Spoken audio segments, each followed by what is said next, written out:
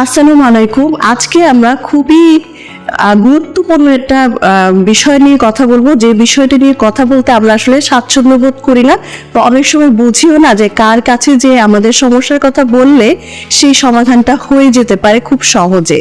এবং এই ধরনের প্রবলেমগুলো নিয়ে কিন্তু দেখা যায় পারিবারিক অশান্তি, সার্বিকভাবে সোশ্যাল ইম্প্যাক্টও কিন্তু পড়ে। বিষয়টি হলো গিয়ে যে আমাদের পার্সোনাল লাইফ হ্যাপি কিভাবে করব, মানে যৌন জীবন কিভাবে আমরা খুব হ্যাপি করতে পারি।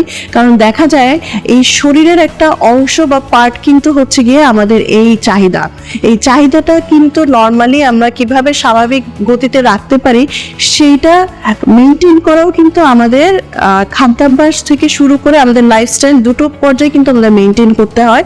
এবং কিছু খাবার আছে যেগুলো আমাদেরকে খেলে এই বিষয়টা মিনিমাইজ করা বা সমাধান করা খুব সহজ হয়ে যায়। কারণ আমরা জানি যে আমাদের যে প্রাত্যহিক কাজ আছে সেই কাজের মতো এই চাহিদাটাও কিন্তু একটা স্বাভাবিক প্রসেস, এবং আমাদের জীবন চলার জন্য এবং স্বাভাবিক রাখার জন্য এবং আমাদের হরমোন যে ব্যালেন্স আছে সেটা ব্যালেন্স করার জন্য কিন্তু এই চাহিদা স্বাভাবিকভাবে আমাদের ঠিকমতো প্রসেস হয়, সেটাও কিন্তু আমাদের মেনটেন করতে হয়।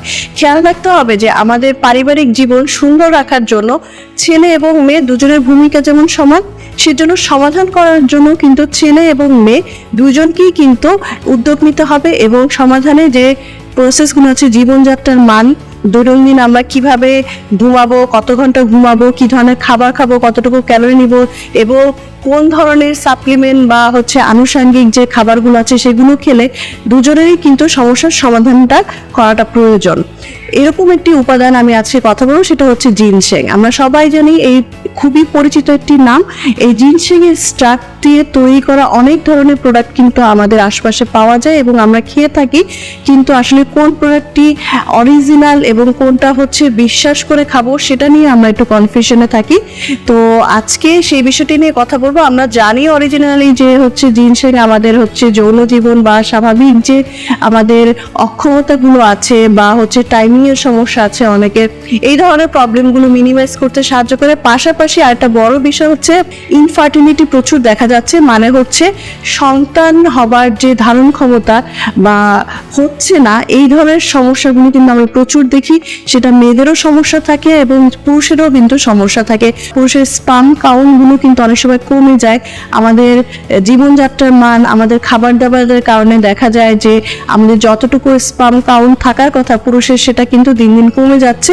এজন্য তারা টেনশনে ভোগে, ওনারা কিন্তু জানেও না যে আসলে কোন খাবারের মাধ্যমে এটা মিনিমাইজ করা সম্ভব এবং উনি কিন্তু বাবা হতে সক্ষম হতে পারেন।